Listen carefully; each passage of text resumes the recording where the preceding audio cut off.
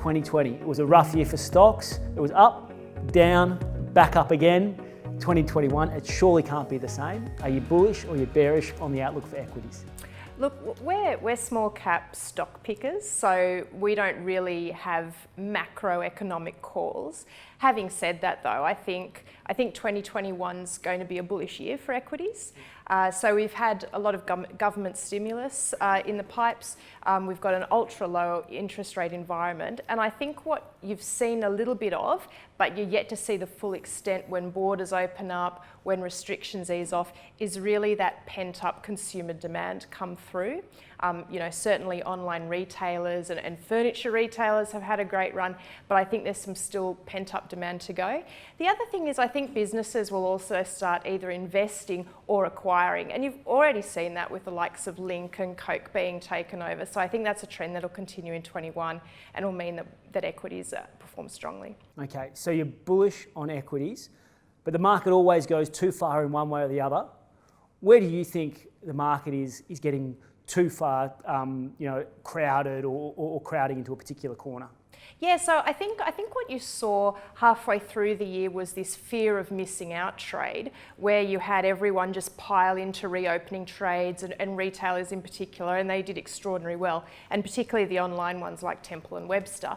I think now what you're seeing is the pendulum swinging too far the other way, and it's almost like the fear of getting out. So you've had some fantastic trading updates from the likes of Adairs, Beacon Lighting, Collins Foods, and the stock price does nothing or actually goes down. And I think it's because the market's looking 12, 24 months ahead and really questioning whether that pent-up demand is still there, whether these companies can cycle that higher comps. I think for some particular companies, like Adairs, people probably underestimate that pent-up demand and the robustness of the business model to deliver growth throughout the cycle. So I think definitely kind of the consensus trade is this fear of getting out, but probably too early. Now, we all have a couple of shockers in the portfolio. Here's your chance to fess up. We want blood and guts. What's the stock you got wrong in 2020? But more importantly, what did you learn? The absolute number one mistake we made in 2020 was not participating in the Media capital raise. Right. So there was an emergency capital raise, blood was on the streets. As you know, that's the time to buy, and we were just too uncertain on the earnings and the visibility of the earnings. This was a make or break capital raise for the company, and this was at the height of the pandemic. We were just too nervous about those earnings coming through.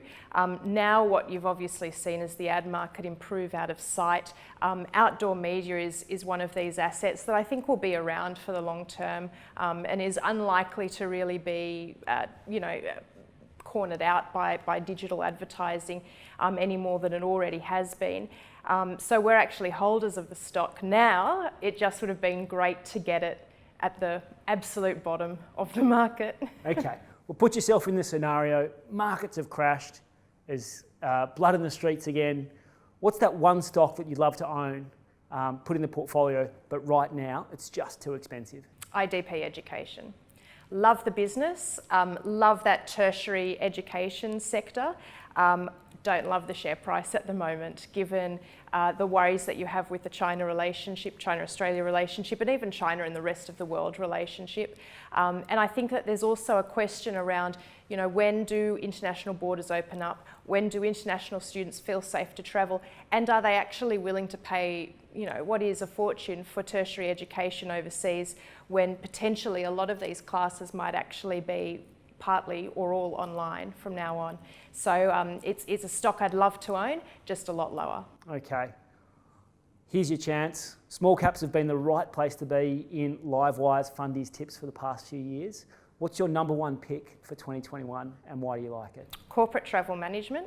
It was our number one pick for the reopen trade when we were getting bullish again on equities.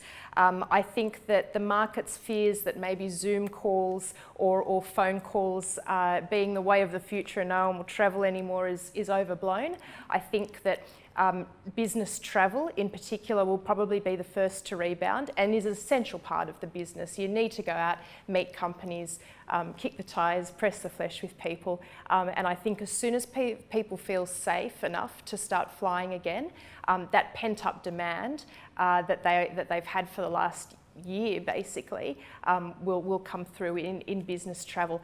Also, I think the OH&S implications of a pandemic like COVID-19 has really brought to the forefront that medium and large businesses really do need a corporate travel management system, and this is something essential for the health and safety of their workers. And the market's quite fragmented, so corporate travel having a good balance sheet is in a key position to pick up some fantastic M&A opportunities, which they have with the travel and transport acquisition.